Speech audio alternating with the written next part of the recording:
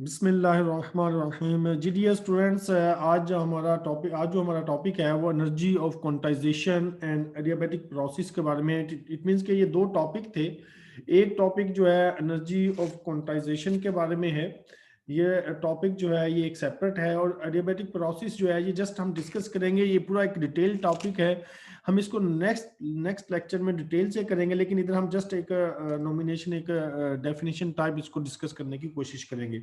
सबसे पहले हम टॉपिक को एनर्जी ऑफ क्वांटाइजेशन। क्वांटाइजेशन का वर्ड आपके लिए न्यू नहीं होगा, आपने प्रीवियस क्लासेस में भी या डिफरेंट कोर्सेज में इस वर्ड को सुना भी होगा। और एनर्जी भी कोई नया लफ्ज नहीं है, एनर्जी क्या होती है ये भी सब इसके बारे में जानते हैं। क्वांटाइजेशन का मतलब होता है इन डिस्क्रीट मैनर्स, मीन के स्टेप वाइज। जैसे आप देखें कि अगर मैं लफ्जी मतलब की तरफ जा रहा हूं, कि अगर लफ्जी स्टेप की तरफ करें कि क्वांटाइजेशन क्या होती है, कि सपोज ये आपकी एक स्लाइड है। अगर जैसे बच्चों की स्लाइड होती है, अगर ये इसमें कोई स्टेप ना हो, अगर यूं स्ट्रेट स्लाइड बनी होती है, तो इसको हम कहेंगे कंटिन्यूस। यानी कि यूं स्लाइड करके बच्चा, अगर कोई स्टूडेंट है, अगर यूं इसके ऊपर स्लाइड करके नीचे आएगा, तो ये कंटिन्यूस स्लाइड करके नीचे आ रहा है, तो हम इसको डिस्क्रीट नहीं कहेंगे। लेकिन अगर स्टेयर्स की बात करते हैं, स्टेप्स की बात करते हैं, कि यूं स्टेप्स बने होते हैं पोर्शन के ऊपर, यूं ये स्टेप्स जो हैं ये डिस्क्रीट है। इसको डिस्क्रीट कहते हैं। जब इनके डिस्क्रीट होंगे तो हम इसको डिस्क्रीट लेवल भी कह देते हैं। तो इसमें एनर्जी ऑफ क्वांटाइजेशन क्या होता है कि इसमें जो एनर्जी जो होती है वो डिस्क्रीट मैनर्स में होती है, स्टेप वाइज होती है, कंटिन्यूस नहीं होती। तो जैसे अगर हम एनर्जी लेवल्स डायग्राम की बात करें, कि एनर्जी लेवल डायग्राम फर्ज के कोई भी एक न्यूक्लियस है, उसके डिफरेंट ऑर्बिट हैं, तो उसके ये एनर्जी लेवल्स हैं। तो ये एनर्जी लेवल जो हैं ये डिस्क्रीट लेवल्स कहलाते हैं, और ये क्वांटाइजेशन को एनर्जी कंजर्व भी रहते हैं, क्वांटाइजेशन को भी फॉलो करते हैं। एनी हो, इसको हम डिटेल्स डिस्कस कर रहे हैं। क्वांटम फिजिक्स, क्वांटम ने इसको डिस्कस किया। Quantum physics shows that atoms and molecules can be described bye waves under boundary condition analysis model. मैंने कि बाउंड्री कंडीशन को यूज करते हुए उसने क्या किया कि क्वांटम मैकेनिक्स ने, क्वांटम फिजिक्स ने एटम्स और मॉलिक्यूल्स को एज ए वेव जो है इसको डिस्क्राइब किया।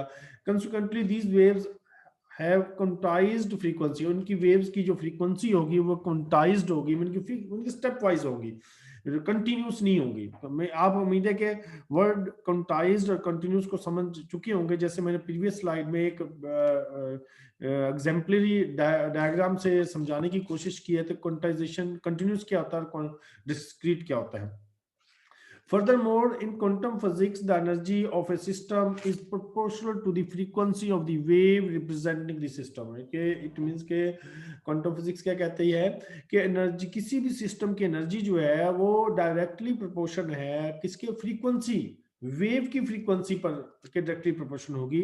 तो hence the energies of atoms और मॉलिक्यूल्स आर क्वांटाइज्ड, इसलिए एनर्जी एटम या मॉलिक्यूल्स की जो होंगी वो क्वांटाइज्ड होंगी, स्टेप वाइज होंगी, डिस्क्रीट होंगी दूसरे वर्ड में। For molecule, quantum physics tells us that the computational and vibrational energies are quantized. For molecule की हम जब बात करते हैं, उसमें आइंस होते हैं, मॉलिक्यूल्स होते हैं, तो कह रहे कि इसमें जो इसमें भी जो एनर्जीज होती हैं कि डेफिनेट मॉलिक्यूल्स होते हैं वो रोटेट भी करते हैं, वाइब्रेट करते हैं, ट्रांसलेट भी करते हैं। मतलब कि अब एक मॉलिक्यूल है लिक्विड के अंदर, ठीक है, वो अगर वो मॉलिक्यूल है वो ट्रांसलेट भी कर सकता है, वो रोटेट भी कर सकता है, वो वाइब्रेट भी कर सकता है। तो कोई भी मोशन हो सकती है। कह रहे कि ये तमाम मोशन जो नेट जो होगी वो क्वांटाइज्ड ही होंगी। आगे इस डायग्राम को मैं समझाने की कोशिश करता हूँ। ये actually energy level diagram for vibration rotational states of the diatomic molecule. Diatomic molecules वो होते हैं जिसमें दो एटम्स, दो मॉलिक्यूल्स के लिहाज से होता है। जैसे H2 हो गया, ये डायटोमिक मॉलिक्यूल्स हैं H2।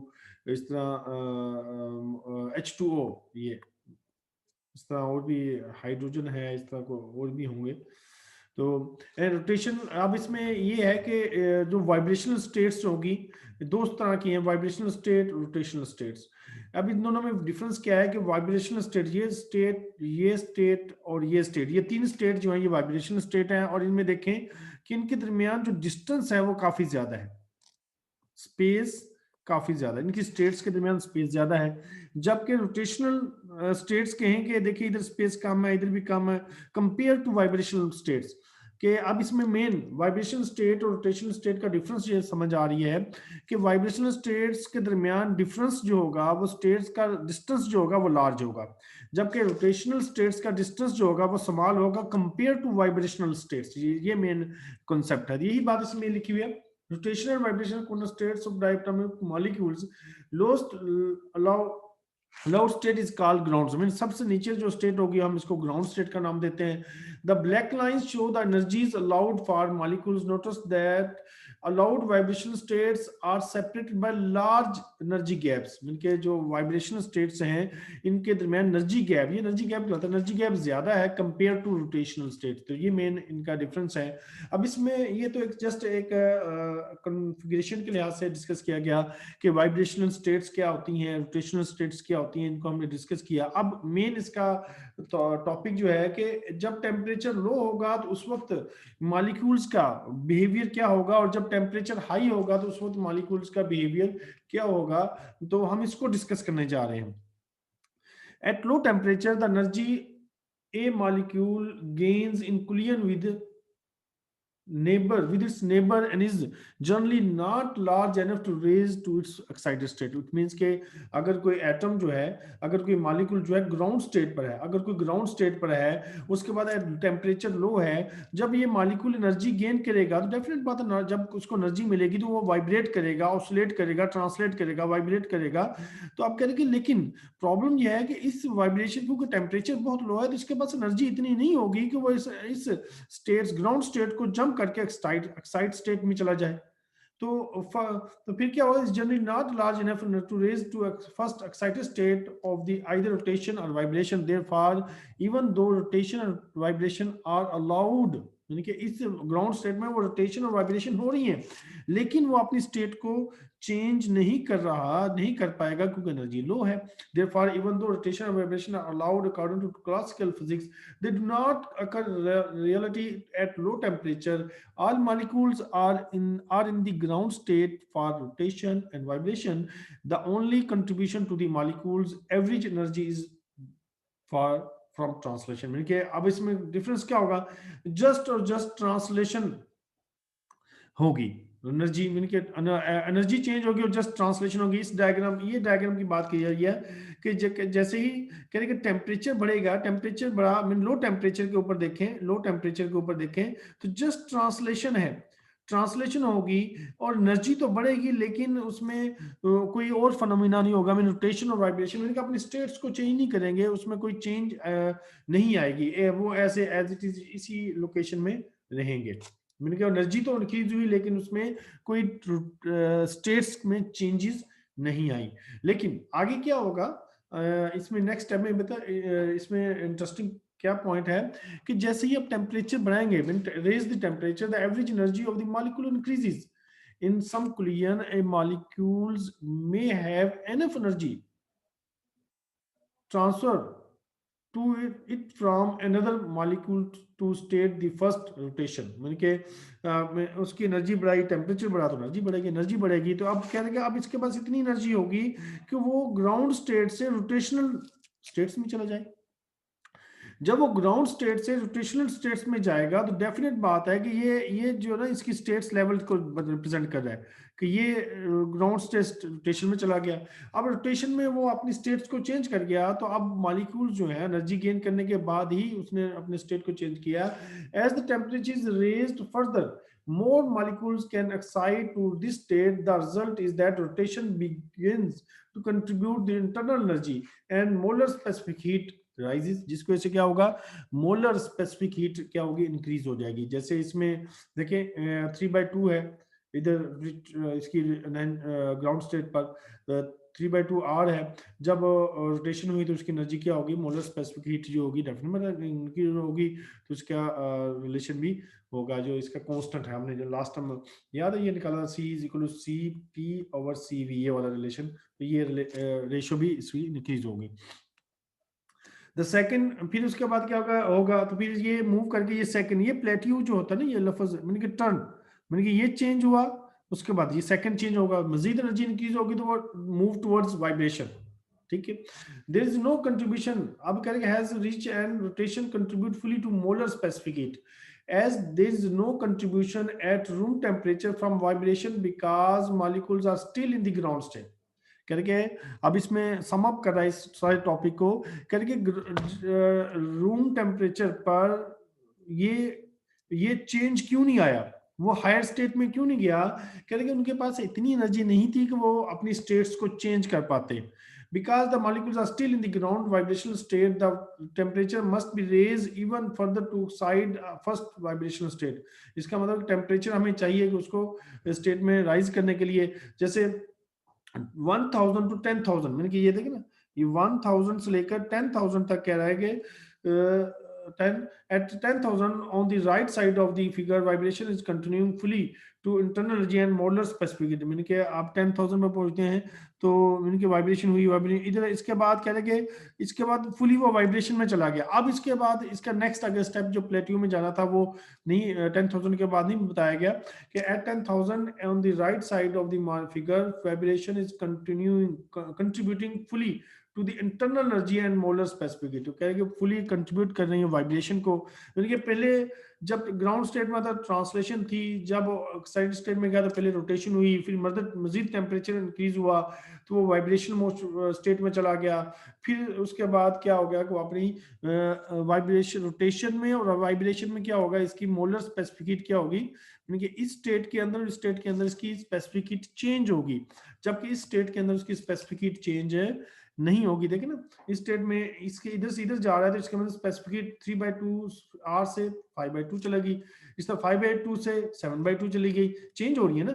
जबकि ट्रांसलेशन में अगर यूं चलता रहेगा, अगर जब वो टेम्परेचर लो रहेगा तो यूं ही इंक्रीज रहेंगी, उसकी स्पेसिफिक हीट चेंज नहीं होगी, लेकिन उसकी उसकी एनर्जी इंक्रीज होती रहेगी। एनर्जी बेशक इंक्रीज होगी लिमिटेड सी, लेकिन उसकी स्पेसिफिक हीट में कोई चेंज प्रॉपरली नहीं आएगा। तो ये इसकी क्वांटाइजेशन में स्टेप वाइज इंक्रीज हो रहा है, मैंने जैसे जैसे होगा फिर इसके बाद चला गया, फिर इसके बाद इसी तरह इसमें बात की गई है कि मॉलिक्यूल्स की एनर्जी जो है वो जो एनर्जी ऑफ क्वांटाइजेशन के लिहाज से क्वांटम मैकेनिक्स के क्वांटम मैकेनिक्स को एक्सप्लेन किया। तो उम्मीद है कि ये छोटा सा टॉपिक था, उम्मीद है आपको समझ आ गया होगा। मेनली में दो ग्राफ हैं, ये ग्राफ है और ये ग्राफ है, इसको आपने अच्छे अंदाज से समझने की कोशिश करनी है, बुक भी है उसको भी आप कंसल्ट कर सकते हैं। आगे ये हम प्रीवियस मिड सेमेस्टर में हम पढ़ चुके हैं बेसिक साइक्लिक प्रोसेस क्या होते हैं। एक साइक्लिक प्रोसेस जो था वो एडियाबैटिक प्रोसेस था, एक आइसोथर्मल था, एक आइसोबैरिक था और एक जो था आइसोकोरिक प्रोसेस था। ये चारों प्रोसेस हम प्रीवियस सेमेस्टर में, ये प्रेशर, इसमें प्रेशर कांस्टेंट होता है, इसमें वॉल्यूम कांस्टेंट होता है, इसमें आई थिंक इसमें नो एनर्जी रिलीज में होती है और इसमें भी टेम्परेचर आई थिंक कांस्टेंट होता है। तो ये तीन प्रोसेस हैं, या आप इसको रिव्यू करेंगे, लेकिन अभी हम जस्ट एडियाबैटिक प्रोसेस को थोड़ा सा देखते हैं। Adiabatic process is a thermodynamic process in which there is no heat transfer into और आउट ऑफ द सिस्टम, यानी कि ऐसा सिस्टम आपने डिजाइन किया, ऐसा सिस्टम आइसोलेट किया कि कोई भी हीट ना इंटर हो सकती है, ऐसा आपने सिस्टम बनाया कि ना कोई हीट लीव होगी और ना कोई हीट इंटर होगी, मीन के हीट लीव भी जीरो है, हीट इंटर भी जीरो है, दोनों सूरतों में ये सिस्टम जीरो है। The system can be considered to be perfectly insulated, that word insulated in an adiabatic process। adiabatic process energy is transferred only as work, मतलब जस्ट वर्क की तरह ट्रांसफर होगी। फर्ज कि आप इसको एनर्जी मतलब जो भी होगा इसमें as a work होगा। the assumption of no heat transfer is very important since we can use the adiabatic approximation only in very rapid process।